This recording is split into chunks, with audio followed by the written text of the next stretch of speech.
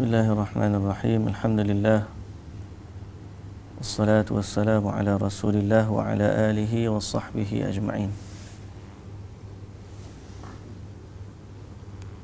Rabbi shrah li sadri wa yassir li amri wa hlul 'uqdatam min lisani yafqahu qawli. Okey, alhamdulillah.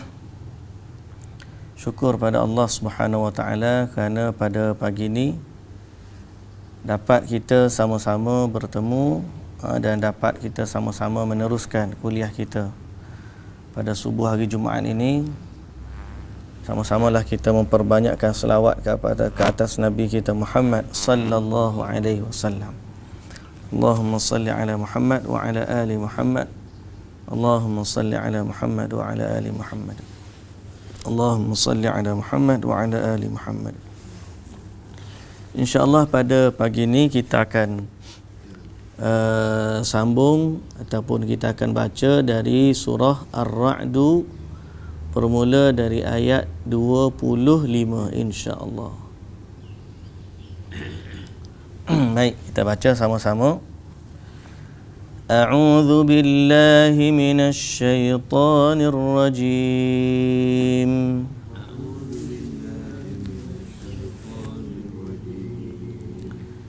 Bismillahirrahmanirrahim.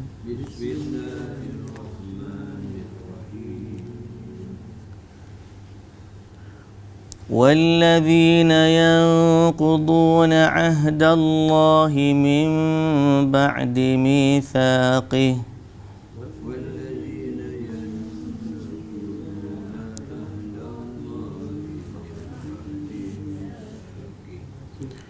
ويقطعون ما أمر الله به أن يوصل ويفسدون في الأرض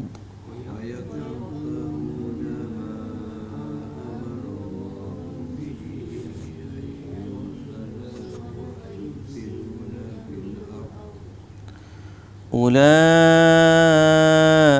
لهم اللعنة ولهم سوء الدار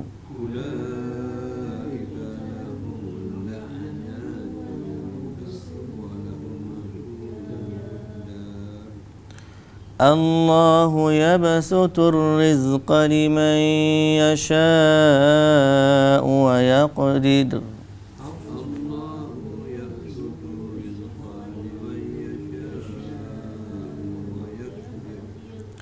وفرحوا بالحياة الدنيا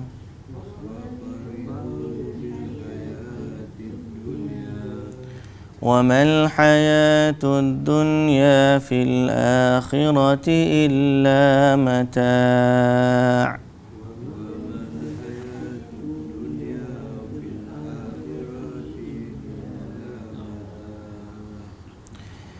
ويقول الذين كفروا لولا أنزل عليه آية من ربه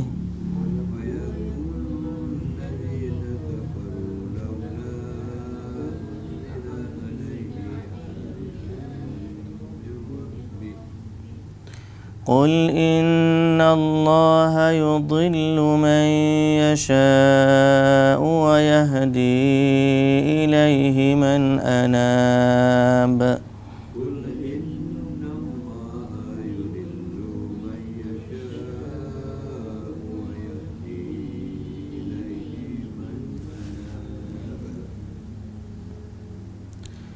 الذين آمنوا وتطمئن قلوبهم بذكر الله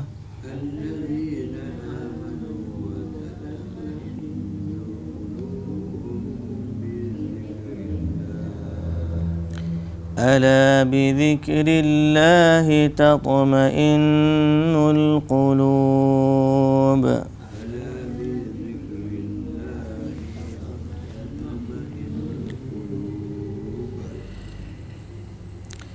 Baik, bismillahirrahmanirrahim. Alhamdulillah. Sekali lagi kita puji dan syukur bagi Allah Subhanahu wa taala di atas limpahan rahmat dan anugerahnya kepada kita. Setiap pagi kita bangun, perkara yang patut kita kata adalah alhamdulillah. Alhamdulillahilladzi ahyana ba'dama amatana wa ilaihin nusyur. Alhamdulillahilladzi kasani hadha wa razaqanihi min ghairi haulin minni wala quwwah. Alhamdulillahi ala kulli hal. Alhamdulillah. Mudah-mudahan Allah jadikan kita orang yang bersyukur kepada Allah Subhanahu wa taala.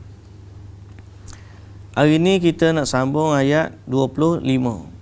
Semalam kisah kita tentang bagaimana ahli syurga dilayan di dalam syurga dan bagaimana malaikat memberi penghormatan kepada mereka serta sifat-sifat ahli syurga tu macam mana, antara sifat-sifat dia.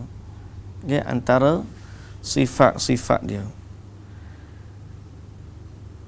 Hari ini ayat yang kita baca ialah antara sifat orang-orang yang sebaliknya, itu orang yang dilaknat oleh Allah dan orang yang ditempatkan di dalam neraka. Okay? Kerana Al-Quran bila datang kepada kita, dia cerita dua-dua. Perintah untuk beriman dan ganjarannya, serta larangan dari kekufuran serta kemaksiatan dan balasannya. Sebab itu kita pernah sebut sebelum daripada ni, Al-Imam Ibnul Qayyim menyatakan tugas Rasul ni, risalah Rasul ni secara umumnya duduk pada 3 perkara. Yang pertama, memperkenalkan Allah kepada hamba-Nya. Memperkenalkan Allah dengan nama-namanya dan sifat-sifatnya kepada hamba-hamba Allah Subhanahu wa taala.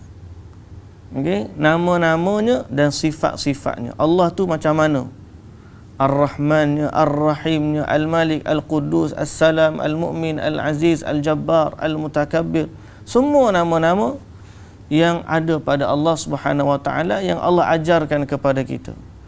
Banyak lagi nama yang Allah Taala tak ajar, maka Nabi pun sallallahu alaihi wasallam pun tak bagi tahu. Itu yang pertama, supaya manusia ni kenal Allah. Semalam saya pergi makan pagi, bukan makan pagi, pergi beli pagi.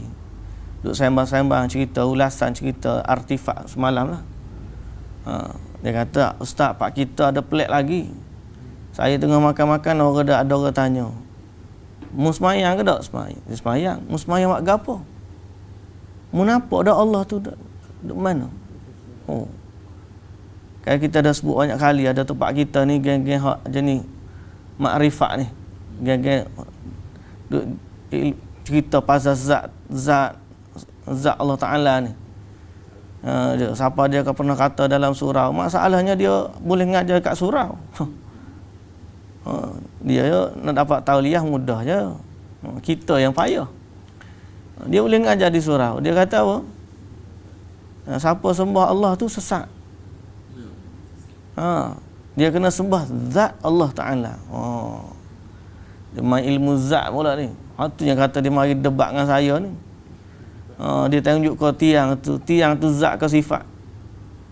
Kita kata hak kita pegang tu zat dia, hak kita tengok tu sifat dia.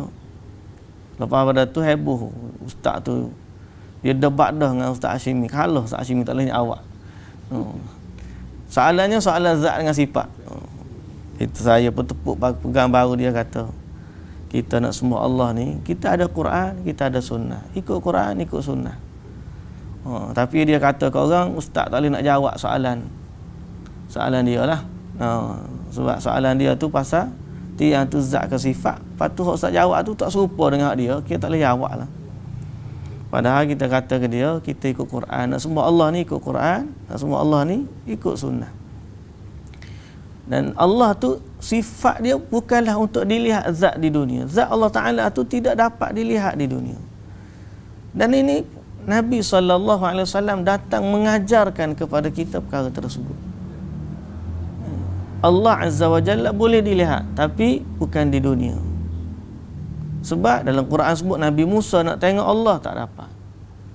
Dalam hadis sebut Nabi SAW naik ke bertemu dengan Allah dalam peristiwa Isra wal Mi'raj.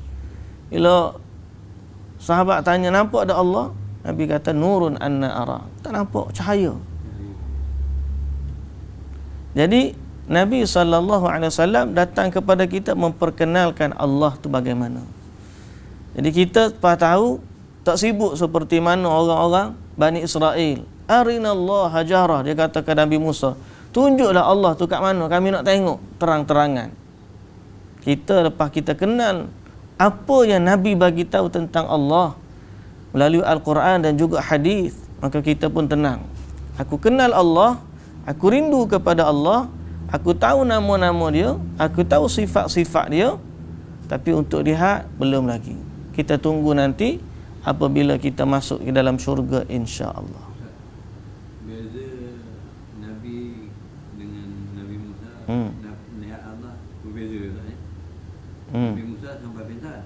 Dia pentas ni cuma tak dapat tengok lah. Tak nampak tengok. Tapi Nabi bukan dapat tengok, cahaya je. Tak, Nabi Muhammad SAW tak dapat tengok. Dua-dua tak dapat tengok. Cuma pengsan Nabi Musa alaihissalam adalah sebab pecahnya gunung. Hancur gunung tu menyebabkan Nabi Musa pengsan. Dia kan tengok di gunung kata. Tengok gunung. Gunung tu hancur berkecai itu. Pengsan Nabi Musa alaihissalam. Jadi kita kata apa? Orang jenis macam ni duduk fikir tentang Tuhan tidak melalui Al-Quran dengan As-Sunnah. Pening lalu. Pening gitu dia cari. Siapa dia boleh tanya? Saya pergi beli semalam. Owner kedai tu, pengurusi surau tu, dia biasalah duduk sembang dengan saya.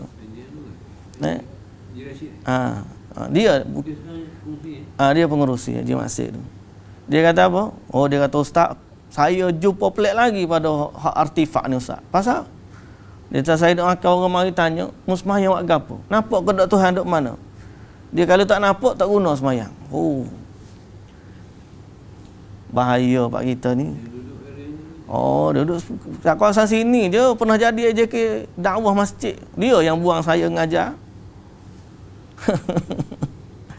Bila kita pergi minta dengan Jais tauliah, saya nak ngajar kat surau. Sebab dia orang tu kata saya tak ada tauliah. Saya kata kat Jais, saya nak ngajar ni, saya bukan. Dia kata jangan saya bawa Wahabi, dia kata. Saya kata saya bukan nak cerita pasal tu. Saya tak pernah pun sebut dalam surau cerita pasal ni. Saya nak lawa orang kat surau saya tu. Ada orang hak makrifat ni, hak jenis tak semayang pakai niat je ni. Tapi tak boleh juga tauliah kita. Dia hak ngajar gitu tu dapat tauliah. Siap bangga lagi tunjuk kat orang suka. Ni tengok aku ada tauliah, ustaz tu tak ada tauliah. Tapi duk maizak dengan sifat macam tu. Kita kata kita nak kenal Allah ni jangan dengan akal kita. Pasal apa? Nabi SAW datang memperkenalkan Allah tu kepada kita. Macam mana? Namanya, sifatnya.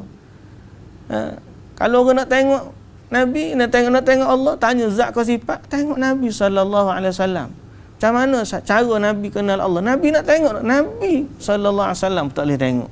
Kalau kita nak tengok, lagu mana? Itu yang pertama.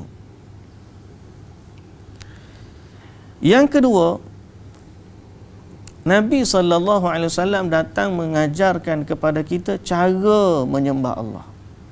Kenal satu perkara, kemudian cara menyembah Allah tu. Itu nombor dua. Kita ni, macam kita katalah, sayang kepada Nabi satu perkara. Tapi menzahirkan cara sayang kepada Nabi pun mesti ikut syariat. Sebab cara tu, dia adalah syariat. Satu tauhid, satu lagi syariat. Syariat ni mengikut syariat Nabi Muhammad sallallahu alaihi wasallam.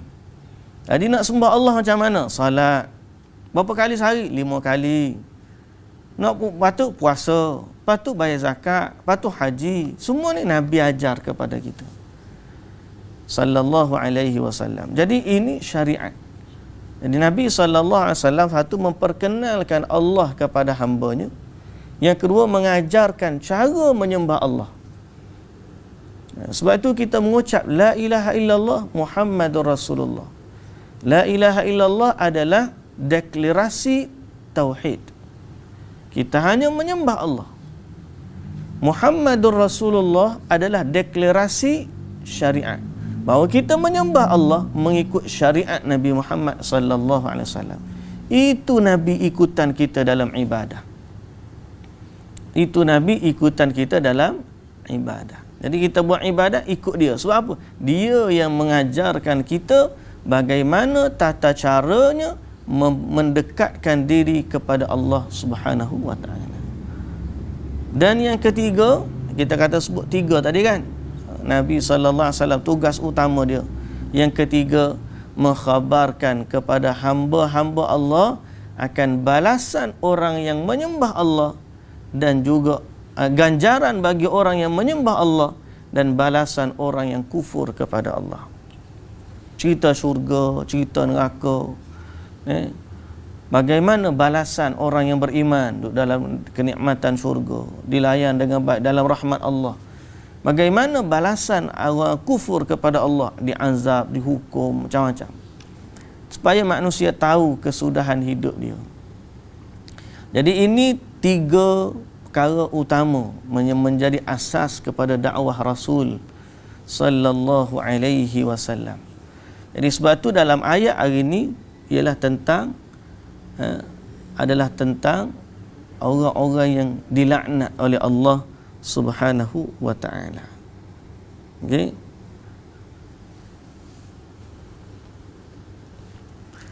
Baik. Allah Subhanahu wa ta'ala kata walladzina yanquduna ahdallahi min ba'di mitsaqih. Dan sebaliknya orang-orang yang merombak perjanjian Allah sesudah diperteguhkannya. Okey, sesudah diperteguhkannya. Wa yaqta'una ma amara Allahu bihi. Tapi dia berjanji dengan Allah tapi dia tidak jujur. Dia mengucap tapi dia tidak beriman pada Allah. Ini seperti mana golongan munafik. Yang quduna ahdallah min ba'di mitsaqih. Setelah dia ikat perjanjian, kemudian dia rombak kembali, putuskan kembali. Golongan munafik ataupun orang-orang yang murtad. Wa yaqta'una ma amara Allahu bihi an yusal. Dan memutuskan perkara-perkara yang disuruh oleh Allah, supaya dihubungkan. Dia terbalik daripada orang yang ahli syurga semalam. Apa tu? Walladzina yasiluna ma amara Allahu bi, ayat 21. Ayat 21 ahli syurga ni mereka menghubungkan silaturahim. Ayat 25 ni ayat 25 ni Allah Subhanahu wa taala kata sebaliknya orang-orang yang memutuskan hubungan silaturahim, ya Allah Taala perintah supaya sambung.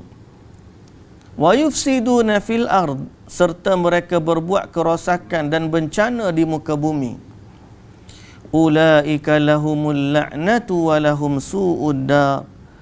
Mereka itu memperolehi laknat dan mereka pula memperolehi balasan akhirat yang seburuk-buruknya. Iaitulah laknat, dijauhkan dari rahmat Allah. Seburuk-buruk tempat adalah neraka. Seburuk-buruk tempat dari neraka. Laknat tu apa? Laknat dijauhkan dari rahmat Allah. Kita ni kena senantiasa minta rahmat Allah, walaupun kita ni tak baik. Jangan minta kebinasaan. Jangan kata bila aku ni ahli neraka dah. Kita tahu kita ni tak layak nak masuk syurga.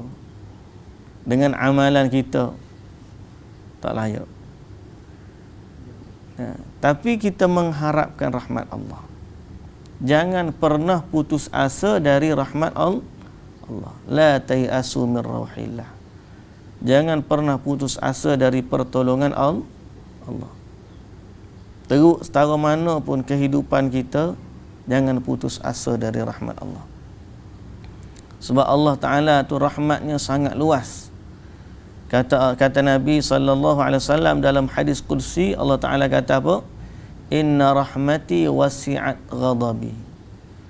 Rahmat belas kasihku meluasi kemurkaanku.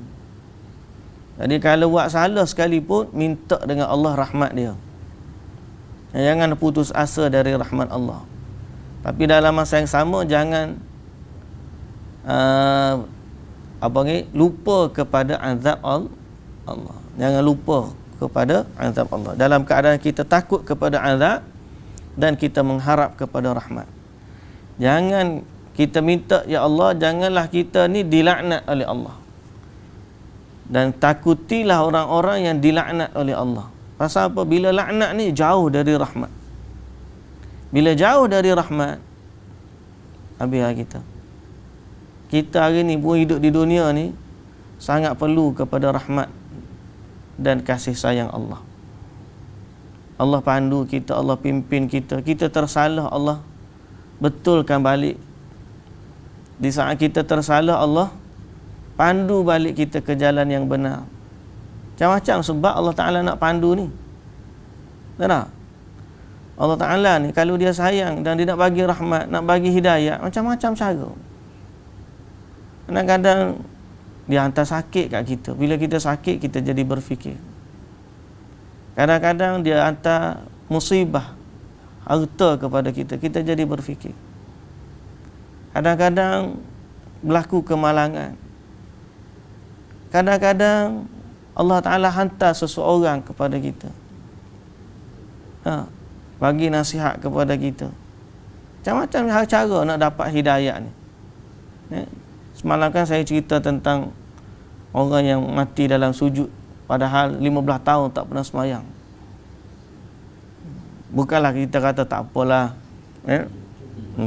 beres mu tak semayang 15 tahun beres, tak ada.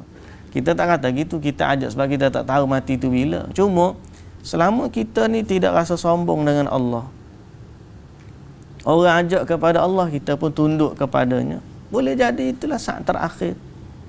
Kita tak tahu. Jadi jangan putus asa dari rahmat Allah, serta takutlah dari laknat Allah. Okey? Baik.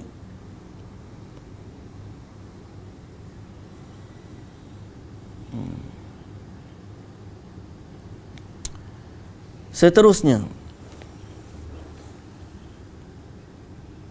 Allahu yabsutur rizqa liman yasha'u wa yaqdir wa farihu bil hayatid dunya wa mal hayatud dunya fil akhirati illa mata'.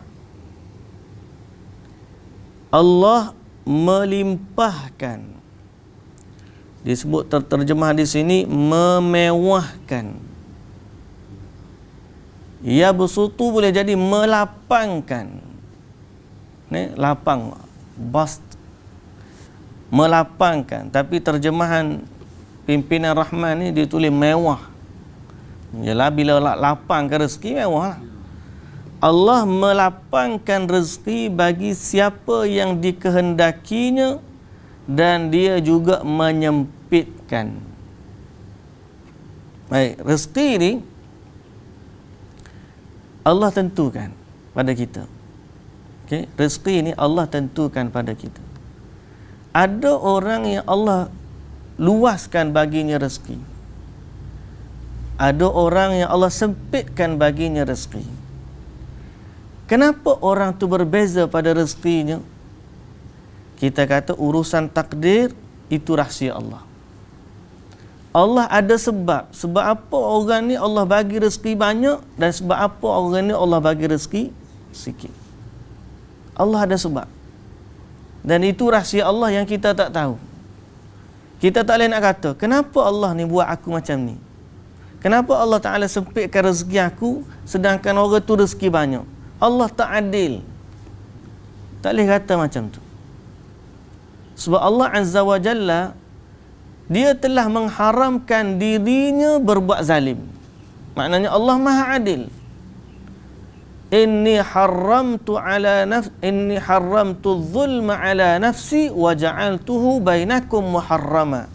Dalam hadis qudsi Allah Subhanahu wa taala kata, wahai hamba-Ku, aku haramkan kezaliman itu atas diriku dan aku jadikan kezaliman itu haram di kalangan kamu.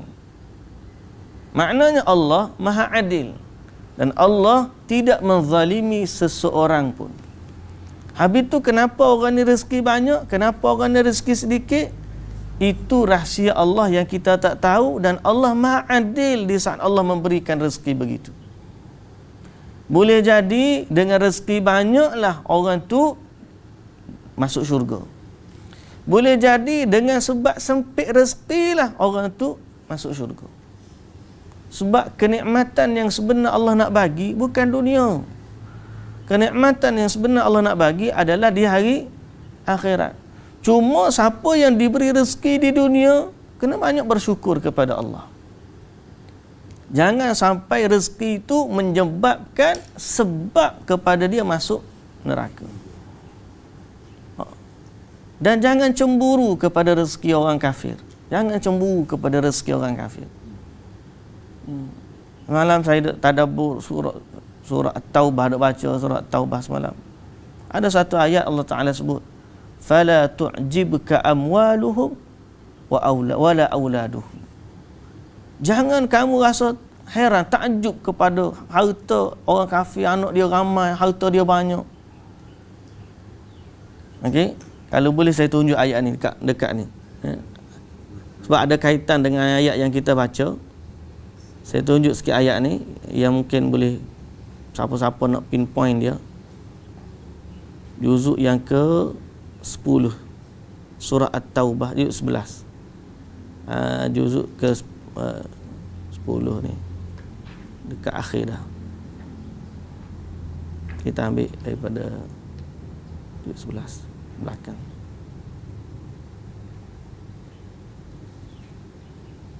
Mundur sikit. Okey. Ni ayat ni. Ayat 55. Surah At-Taubah ayat 55. Fala tu'jibka amwaluhum wala auladuhum. Innama yuridu Allahu liyu'adzibahum biha fil hayatid dunya wa tazhaqa anfusuhum wa hum kafirun. Ni cerita orang munafik. Allah Subhanahu wa taala kata apa? Oleh itu janganlah engkau tertarik hati kepada harta benda dan anak-anak mereka. Jangan jadi takjub tengok dia banyaknya harta. Tengok anak dia ramainya anak dia. Kita rasa cemburu tengok.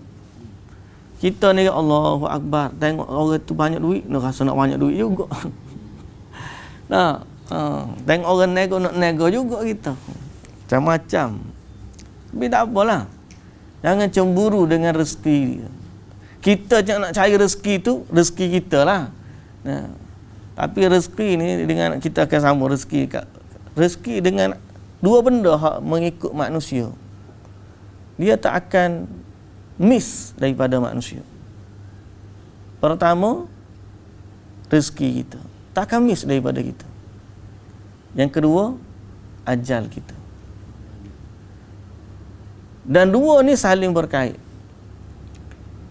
Tidak akan berlaku kematian sehinggalah habis rezeki dia. Okey? Maknanya Allah Azza wa Jalla bila tentukan rezeki, sampai mati rezeki itu ada.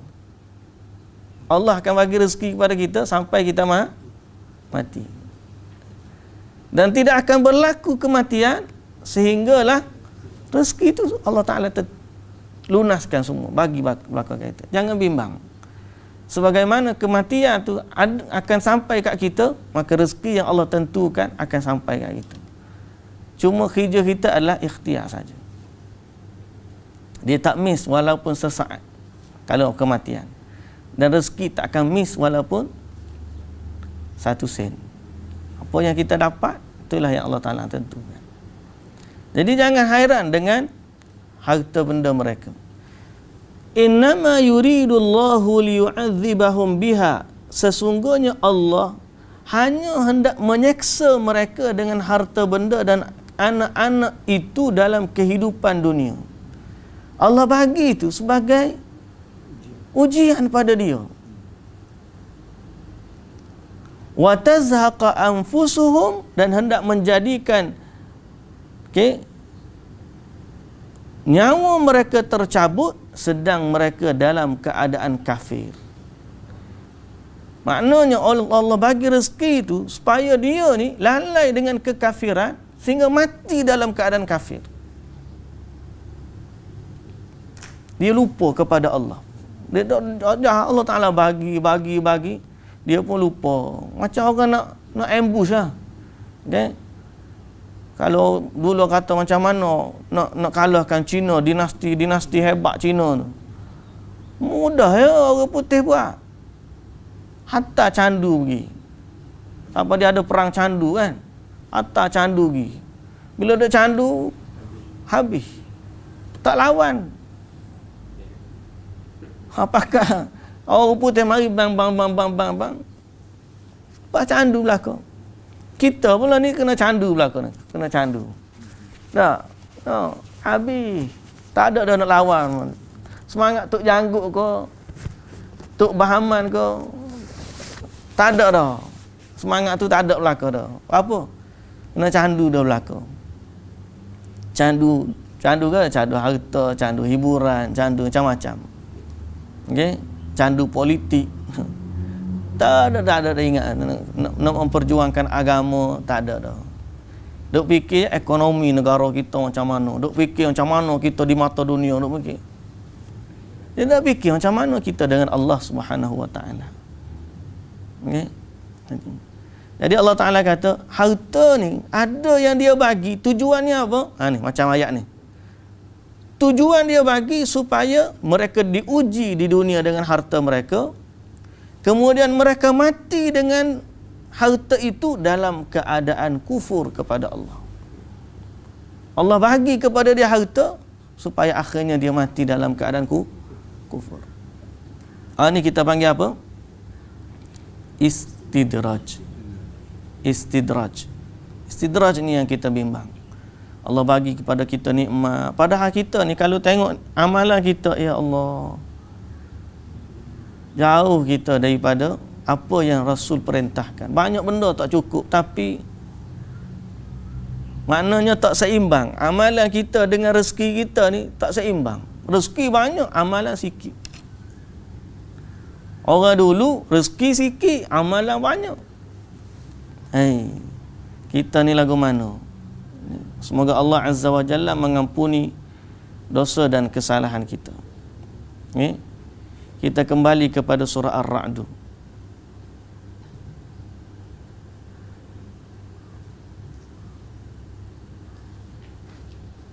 Jadi cerita tentang rezeki ini, Allah Subhanahu Wa Taala dia bagi rezeki kepada siapa yang dia nak, dan Allahu yabsutur rizqa liman yasha'u wa yaqdir.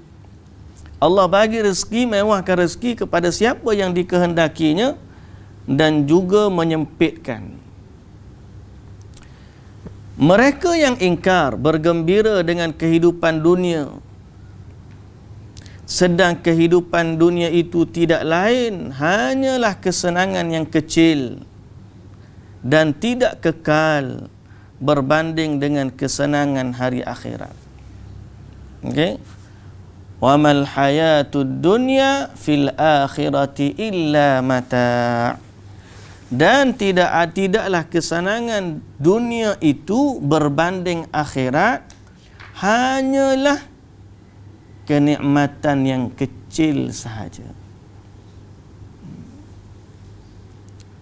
Bahasa lebih nampak, okey. Dia terjemah kat tafsir Pimpinan Rahman ni, dan hanyalah kesenangan yang kecil dan tidak kekal berbanding dengan kesenangan hari akhirat. Tapi Allah letak susunan bahasanya lain. Tidaklah kehidupan dunia berbanding akhirat, melainkan kenikmatan yang kecil. Sikit je. Jadi sebab tu kita kena istighfar banyak-banyak lah. Pada saya istighfar lah banyak-banyak. Sebab kita hidup di zaman ujian kenikmatannya besar. Ada TV, ada telefon, ada nikmat macam-macam lah. Kereta mudah, makan mudah. Kadang-kadang bila kita makan banyak, berasa tak padan dengan hak kita makan. Hak kita makan dengan hak kita buat kerja. Kalau tak padan jadi apa? Kencing manis lah jawab dia. Darah tinggi. Orang zaman dulu makan banyak, kerja banyak, tak nyakit. Kita ni apa dia? Makan banyak, lauk banyak, kerja tak. Mari apa? Kencing manis, darah tinggi, gaut. Makan nasi lebih sikit, apa? Karbohidrat. Kena wadrat, gula, kencing manis. Pasal apa? Sebab tak buat kerja. Makan daging merah lebih, kambing lah, apa semua ni, habis kena kolesterol, darah tinggi. Habis tu makan pula, makanan seafood, makanan laut apa semua sekali. Habis kena uric acid tinggi, gaut. Isunya apa? Isunya zaman kita ni banyak makan daripada bekerja. Kalau zaman dulu McD pun burger dia kecil je. Lah ni Big Mac punya lah besar. Orang zaman dulu makan banyak, tapi kerja kuat. Makan banyak pun banyak nasi, daging sikit je. Daging ni kerana sembelih ayam tu, Allahu Akbar, sekali seminggu kalau boleh. Ataupun makan ayam ni waktu orang mari kat rumah kat, saya ingat dulu pak saudara saya lah meninggal ada dia. Kita panggil Ayah Hussein. Ayah Hussein ni dia duduk Jeli tu, Bukit Jering, Jeli. Jauh. Zaman dulu kalau nak pergi Bukit Jering ni kena naik motor boat tu, naik boat, motor galah. Naik pergi. Lepas tu ada kereta, pernah pergilah jauh nak pergi ni daripada Pasir Mas nak pergi. Dia kalau siapa agak, hari ni kita sembelih ayam kampung. Dia sembelih ayam tu untuk bila tetamu mari baru makan daging, baru makan sedap. Kita lah ni tak ada ayam, macam tak ada makanan. Tiap-tiap hari ayam. Pagi ayam, tengah hari ayam, malam ayam. Makan ayam saja pula tu. Benar tak? Tapi kerja, baru cangkuk sikit, 5 minit baru cangkuk. Aduh sakit pinggang lah. Allahu Akbar. Jadi bila kerja tak sama dengan nikmat anak makan, apa jadi? Penyakit. Tu baru bab makan. Tapi kalau kita pergi kepada konsep yang lebih luas, bila nikmat tak sama dengan amal, apa jadi? Terbimbang kepada kemurkaan Allah. Sebab tu Allah Subhanahu Wa Taala ingatkan kita, dunia ni tidak lain melainkan kenikmatan kecil dan boleh jadi ujian kepada kamu. Jadi ambillah Nabi SAW kata, bihasbi mri'in luqaimat yuqim nabihinna sulbahun. Lupa dah lafaz matan tu dia. Dia kata apa? Cukuplah bagi seorang manusia beberapa suapan untuk menegakkan tulang belakang dia. Maknanya untuk jadi kuat. Makan ni untuk hidup, bukan hidup untuk makan. Tapi ada orang yang diuji oleh Allah memang nak makan, nak hidup pun tak boleh makan. Ada. Tambah-tambah musim Covid ni,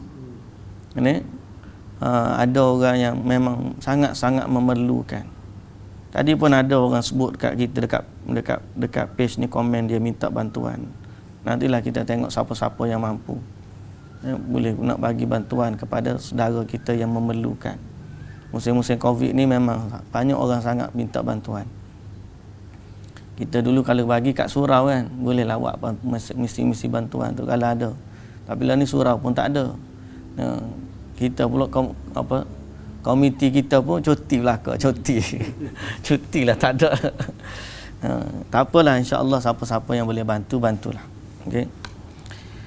Cuma ingatlah bahawa nikmat dunia ni sebanyak mana pun kita dapat, hanyalah kesenangan yang kecil. Baik, sambungan. Wa yaqulul ladzina kafaru laula unzila alaihi ayatun mir rabbih.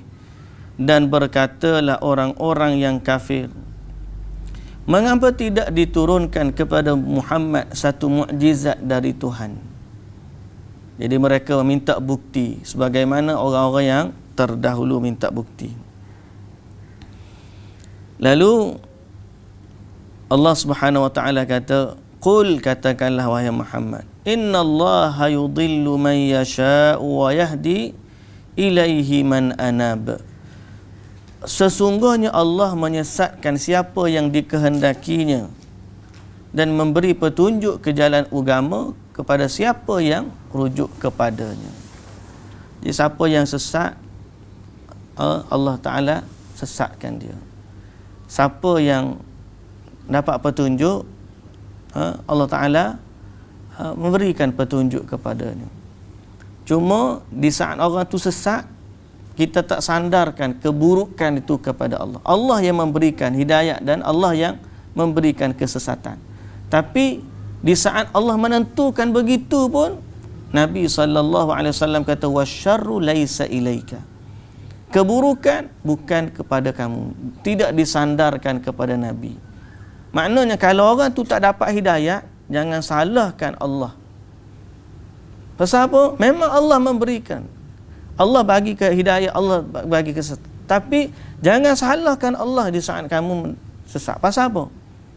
Sebab Allah dah bagi banyak sebab untuk kita dapat hidayah. Okay? Allah dah bagi banyak sebab untuk kita dapat hidayah. Allah turunkan Al-Quran, Allah hantar Rasul, Allah tunjukkan tanda-tanda kekuasaannya, matahari, bulan, bintang, langit, bumi. Allah bagi kepada kita ujian kadang-kadang. Allah jumpakan kita dengan orang-orang soleh. Allah Azza wa Jalla hantar kita boleh jadi sampai ke mana? Mekah pun ada. Boleh tengok pula ni kat Mekah macam mana, kat TV pun boleh. Macam-macam sebab Allah bagi hidayah, nak bagi hidayah kat kita. Tapi kalau manusia tak dapat hidayah, jangan salahkan Allah. Sebab tu Nabi SAW sebut dalam hadis qudsi, Allah Subhanahu wa taala kata, ya ibadi innama hiya a'malakum uhsiha. Amalan kamu yang aku kira. Thumma uwaffiha. Thumma uwaffikum, thumma uwaffiha iyyakum. Kemudian aku balas amalan itu kepada kamu. Faman wajada khairan falyahmadillah. Siapa yang mendapati kebaikan di akhirat, pujilah Allah. Wa man wajada ghaira dhalik fala yalumanna illa nafsah. Tapi siapa yang mendapati sebalik dari kebaikan itu, makna selain kebaikan, keburukanlah, janganlah dia cela melainkan dirinya sendiri. Okay, Allah tu maha adil, kita dah kata. Macam mana adilnya Allah pada rezeki, maka adillah Allah pada hidayah. Okay? Allah bagi manusia ni semuanya sama. Dalam soal hidayah, kemampuan manusia sama. Sebab itu soal hidayah ni, orang kaya ke orang miskin, hak mendapatkan hidayah sama. Okay? Allah boleh bezakan antara harta. Orang ni kaya, orang ni miskin. Itu adil bagi Allah. Tapi soal hidayah, tak ada orang tak, saya tak boleh hidayah sebab saya miskin. Tak ada. Dia tak jadi Allah. Kenapa kamu tak beriman kepada Allah? Dia kata sebab saya miskin. Beriman kepada Allah tak ada syarat kekayaan. Tak ada syarat kebangsawanan. Tak ada syarat keturunan. Tak ada syarat warga negara, tak ada. Syarat kepada Allah Ta'ala ni, beriman kepadanya tanpa syarat. Sama je. Siapa nak beriman? Mau orang kaya ke mau orang miskin, orang bangsawan ke orang hina, golongan merdeka ke golongan hamba, semua sama je di sisi Allah. Sebab tu zaman Nabi, orang bangsawan tidak lebih baik daripada hamba dari sudut keimanan. Bilal bin Rabah hamba, Abu Lahab bangsawan. Tapi soal iman, Bilal lebih mulia daripada Abu Jahal dan Abu Lahab. Jadi tak ada alasan rezeki menyebabkan kita tak dapat hidayah, tak ada.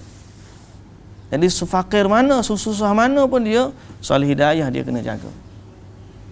Sebab Allah Ta'ala ni, apa soal iman, Allah bagi sebab banyak dah kepada manusia. Dan tak ada halangan untuk manusia beriman, melainkan kedegilan dalam dirinya. Kalau dia dipaksa untuk murtad, tiba-tiba dia mengucapkan perkataan kufur, hatinya tetap beriman, pun Allah Ta'ala terima lagi iman dia. Apatah lagi yang tidak diuji sampai tahap tu. Jadi sebab tu soal hidayah ni Allah Maha Adil. Sebagaimana adilnya Allah pada soal rezeki, maka begitulah adilnya Allah pada hidayah. Tapi sebab apa Allah Ta'ala tentukan orang ni dapat hidayah, orang ni tak dapat hidayah, itu rahsia Allah, tapi dia berlaku dengan keadilan Allah. Boleh jadi ada sebab lah, kita pun tak tahu. Ni, kenapa sampai Abu Talib tu Nabi? Nak banding lagi kita lah mana? Abu Talib tu, Nabi tu anak saudara dia. Membesarkan Nabi. Bantu lagi Nabi. Tahu pula Nabi tu benar, tapi tak beriman kepada Allah. Kita nak kata apa? Kita tak boleh kata apa. Wallahu ta'ala alam. Kenapa Allah Ta'ala tak bagi hidayah dia? Wallahu ta'ala alam. Tapi Nabi tu, Nabi dah kepada pakcik katalah, haning dia aku. Allah Ta'ala kata innaka la tahdi man ahbabta walakinna Allah yahdi man yasha. Allah Ta'ala yang bagi hidayah pada siapa yang dia kehendaki. Kenapa Allah Ta'ala buat begitu? Wallahu Ta'ala alam. Tapi Allah Maha Adil. Allah Maha Adil. Lepas tu ada orang tanya, tak aci. Ada orang tu lahir sebagai Islam, ada orang tak lahir sebagai non-Muslim. Kita kata kat dia, Allah Maha Adil. Sebab tu Allah Ta'ala tak kira lahir macam mana. Allah Ta'ala kira mati macam mana. Nabi kata, innamal a'mal bil khawatim. Amalan ni dikira dengan penamatnya macam mana. Ada je orang lahir sebagai Muslim, tapi mati sebagai kafir. Ada orang lahir sebagai kafir, meninggal sebagai seorang Muslim. Itu anugerah Allah, nikmat yang kita tak tahu. Jadi kita ni kena sentiasa minta dengan Allah, ya Allah, rezekikanlah kami hidayah. Ya muqallibal qulub, tsabbit qulubana ala dinika wa ta'atik. Ni orang kafir dia minta dengan Allah, siapa minta bukti nak beriman. Sebenarnya bukan soal bukti. Bukti dah banyak dah, cuma dia tetap tidak beriman. Sebab tu dalam hadis Nabi SAW cerita tentang kisah ni. Nabi minta dengan Allah betul. Orang kafir minta Bukit Safa jadi bukit emas. Gunung-gunung di Mekah diangkat, tukar Mekah dan tandus kontang tu jadi subur dengan tanam-tanaman. Kemudian alirkan sungai-sungai datang ke Mekah. Dia minta begitu dengan Nabi. Memang Nabi kata kepada Allah. Tapi Allah Ta'ala kata, kalau kamu nak boleh. Tapi harganya mahal. Apa harganya? Kalau mereka tetap tidak beriman, aku akan azab dengan azab yang tidak pernah diazab sebelum itu.